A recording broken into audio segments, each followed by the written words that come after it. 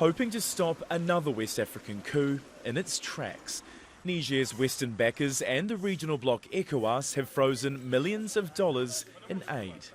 And on Sunday, Chad's President Idriss Déby met with Niger's ousted leader Mohamed Bazoum and separately with coup leader Abdourahmane Tchiani in an effort to end the crisis.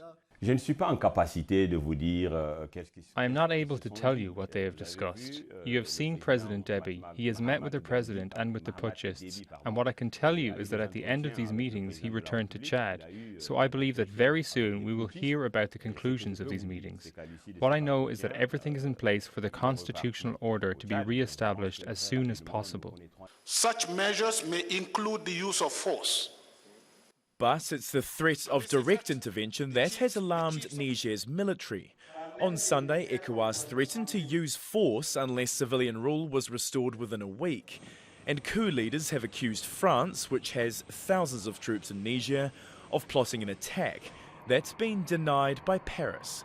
Neighbouring Mali and Burkina Faso, themselves governed by military juntas, have rallied around the officers who ousted President Bazoum. We refuse to apply these illegal, illegitimate and inhumane sanctions against the people of Niger. We warn that any military intervention against Niger will be considered as a declaration of war against Burkina Faso and Mali.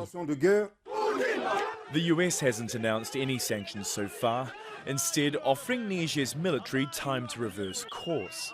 We haven't made a determination yet because it is still an ongoing fluid situation. It is clear that there has been an attempt to remove President Bazoum from office. It's not yet clear that attempt will ultimately be successful, so U.S. assistance hinges on continued democratic governance in Niger.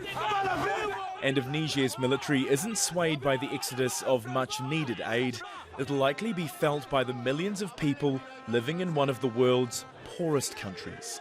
Alex Baird, Al Jazeera. Well, Cameron Hudson is a senior associate at the Centre for Strategic and International Studies. He says the treatment of the deposed president is not what you would typically expect.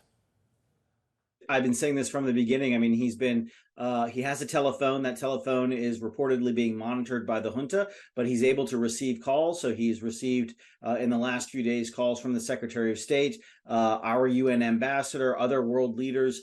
He has tweeted on a number of occasions, essentially saying that democracy would be restored in Niger. So not at all like a typical coup where he has been asked to sign a resignation paper. Normally, they don't go through the process of demanding that a head of state resign. Simply the fact that the coup has taken place is sufficient typically. And so I think what that's doing, however, is it's creating this moment where countries like the United States are not prepared to declare this coup over and a sort of fait accompli by the military, which is why I think we have not seen a kind of declaration from Western countries that this coup is done. I think countries like the United States and France are in a very difficult position right now, because if they walk away from this coup, if they sort of throw their hands up and say that the coup is done and they do that too quickly, it will really look like an abandonment of one of the kind of bright democratic examples in the region and send